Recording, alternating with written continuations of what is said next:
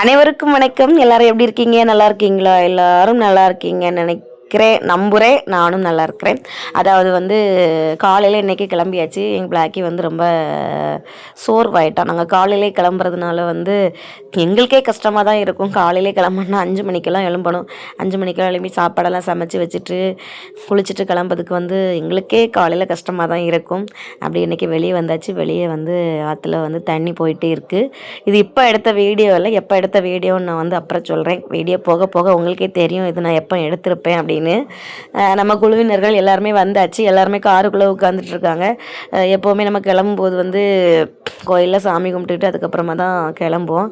இன்றைக்கி கோயிலில் சாமி கும்பிட்டாச்சு, கிளம்பியாச்சு. இன்றைக்கி நம்ம எங்கே வந்திருக்கோம்னு பார்த்தீங்கன்னா, பத்மநாபபுரம் பேலஸ் இருக்குல்ல, பத்மநாபபுரம் அரண்மனை தக்கலை பக்கத்தில், குமரி மாவட்டம் தக்கலை பக்கத்தில் பத்மநாபபுரம் அரண்மனை பக்கத்தில் தான் இன்றைக்கி நம்மளுடைய நிகழ்ச்சி நடைபெற இருக்கிறது. பாருங்கள், பத்மநாபபுரம் அரண்மனை இந்த இருக்குது. அது பக்கத்திலே இருக்கக்கூடிய கோவில் உங்களுக்கு தெரியும், ஒரு முத்தாரம்மன் கோவில் தான். அங்கே தான் இன்றைக்கி நம்ம நிகழ்ச்சி. பகலில் ஒரு நேரம் நிகழ்ச்சி தான்.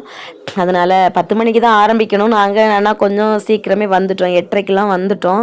ஏன்னா சாப்பிட்டுக்கிட்டு அப்புறமா ஆரம்பிக்கும்போது சரியாக இருக்கும் அப்படின்ட்டு எங்களை ஒரு ஹோட்டலில் சாப்பிட சொல்லியிருந்தாங்க. அந்த அரண்மனை தாண்டி கொஞ்சம் தள்ளி தான் ஒரு ஹோட்டலுக்கு போயிருந்தோம். காலையிலேயே எல்லோரும் சாப்பிட உட்காந்தாச்சு. அங்கே இட்லியும் தோசையும் மட்டும்தான் இருந்துச்சு, வேறு எதுவுமே இல்லை. இட்லி நாங்கள் யாருமே வாங்கவே இல்லை. ஏன்னா நம்ம போகிற இடம் எல்லாமே மேக்ஸிமம் இட்லி சட்னி சாம்பார் இதுதான் இருக்கும். எப்போவுமே சட்னி சாம்பார் இட்லின்னு சாப்பிட்டு சாப்பிட்டு ஒரு மாதிரி இருக்கும். அதனால் தோசை சாப்பிடலான்னு சொல்லி தோசை சொல்லியிருக்கோம். தோசை சுட்டுட்ருக்காங்க அங்கேருந்து. அதுக்கு சரி அப்போ நம்ம கொஞ்சம் வீடியோ எடுக்கலாம் அப்படின்னு சொல்லிட்டு வீடியோ எடுத்தோம். அதாவது இன்றைக்கி திருக்கார்த்திகை அன்னைக்கு எடுத்த வீடியோ தான் இது. அது நான் மறந்துட்டேன். எனக்கு செல்ல தான் இருந்துச்சு, ஆனால் அது நான் போட மறந்துட்டேன். நமக்கு டைம்லாம் கொஞ்சம் கம்மியாக இருக்கிறதுனால போட மறந்துட்டேன். அதனால் இதில் வாழ்த்து சொல்லிகிட்ருப்பேன். தோசைலாம் எல்லாத்துக்கும் சுட்டு தரதுனால ரொம்ப லேட் ஆகிட்டு. அதனால் நாங்கள் அப்படியே கொஞ்சம் உட்காந்து ஒவ்வொரு ஆளுக்காக தான் இருந்துச்சு.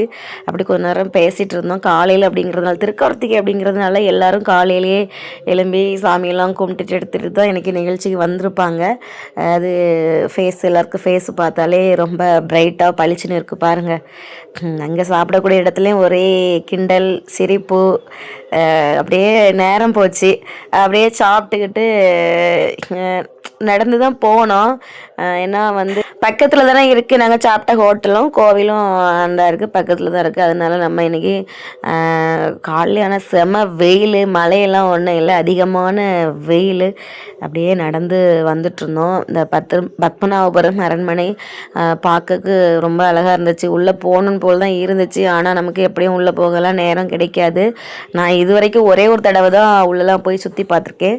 ரொம்ப நல்லாயிருக்கும். இப்போவும் போகலான்னு நினச்சா நிகழ்ச்சி முடிய கொஞ்சம் லேட் ஆகிட்டு, அடுத்த நிகழ்ச்சி நைட்டு இருக்கிறதுனால போக முடியல. அதுக்கப்புறமா இது அந்த கோயிலில் சாப்பிடக்கூடிய இடம் ரொம்ப நல்லா இருந்துச்சு, டிஃப்ரெண்ட்டாக இருந்துச்சு. அதனால நான் இந்த வீடியோவை எடுத்தேன். பாருங்கள் எப்படி இருக்குன்னு. இதுதான் மண்டபம், சாப்பிடக்கூடிய மண்டபம். இங்கே தான் எல்லோரும் சாப்பிட்டுட்டு இருந்தாங்க. நல்லா இருந்துச்சு. நாங்களும் அப்படியே உட்காந்துட்டு சாப்பாட்டுக்காக. ஆனால் நல்லா செம கூட்டம், சாப்பிட்றதுக்கு இடமே கிடைக்கவே இல்லை. ரொம்ப நேரமாக உட்காந்துட்டு அதிகமான வெயிலாக இருந்துச்சு. நிகழ்ச்சியை நல்லபடியாக முடிச்சுட்டு வீட்டுக்கு வந்தாச்சு. வீட்டில் பார்த்தா பிள்ளைங்க கோலம் போட்டுட்டு இருந்தாங்க. எதுக்குன்னா நீ திருக்கார்த்திகை இல்லையா, சரி நான் வீட்டில் சொல்லிட்டு போயிருந்தேன், இப்படி கோலம் போடுங்கன்னு சொல்லிட்டு போயிருந்தேன். அதுக்காக பிள்ளைங்க வீட்டில் கோலம் போட்டு எல்லாமே தயாராக தான் வச்சுருந்தாங்க பிள்ளைங்க. அதுக்கப்புறமா நான் கொஞ்சம் விளக்கேற்றும் போது ஹெல்ப் பண்ணேன். முன்னாடி வீட்டில் நம்ம தான் விளக்கு ஏற்றுவோம். பிள்ளைங்க 2 பேரும் வளர்ந்துட்டதுனால இப்போ நம்மளுக்கு அந்த வேலையே கிடையாது, அவங்களே எல்லாம் பண்ணிக்குவாங்க. அதனால் நான் இப்போ விளக்கு ஏற்றுறதுலாம் கிடையாது. எல்லாமே சும்மா ஹெல்ப்பாக அதில் நின்றுட்டு இருந்தேன், அவ்வளோதான். பிள்ளைங்களே சூப்பராக தான் எல்லாம் பண்ணியிருந்தாங்க. அவங்களுக்கு இப்போ நல்லா இன்ட்ரெஸ்ட், கோலம் போடுறதுலாம் நல்லா இன்ட்ரெஸ்ட்டாக பண்ணுவாங்க. எல்லோரும் வீட்டில் கொழுக்கட்டையெல்லாம் வச்சுருப்பாங்க. ஆனால் நாங்கள் அன்றைக்கி கொழுக்கட்டையெல்லாம் அவிக்கவே இல்லை. ஏன்னா நிகழ்ச்சியும் இருந்ததுனால லேட்டாகி தான் வந்தேன். அப்புறமா எங்கள் வீட்டுக்கார் கோயிலில் பூஜைலாம் இருந்துச்சு, அதனால் சாதனம்லாம் வாங்க முடியலை, கொழுக்கட்டை எதுவுமே பண்ணலை. அப்படியே ஏன்னா எங்களுக்கு கொழுக்கட்டை கிடச்சிது, அது சொல்கிறேன். அந்த நாங்கள் வில்லுப்பாட்டு படித்த கோயிலில் வந்து கொழுக்கட்டை வச்சுருந்தாங்க. அந்த கொழுக்கட்டையில் வந்து கடைசியில் எனக்கு வந்து ஒரு மாலை, ஒரு கொழுக்கட்டை மாலை மாதிரி பண்ணி வச்சுருந்தாங்க. அது எனக்கு கொடுத்தாங்க. அதில் வந்து சட சட சட சடன்னு எல்லாமே காலி ஆகிட்டு, பிள்ளைங்கெல்லாம் சாப்பிட்டாங்க. அதனால் வந்து கொழுக்கட்டை அவிக்கலைங்கிற ஃபீல் எனக்கு கிடையாது.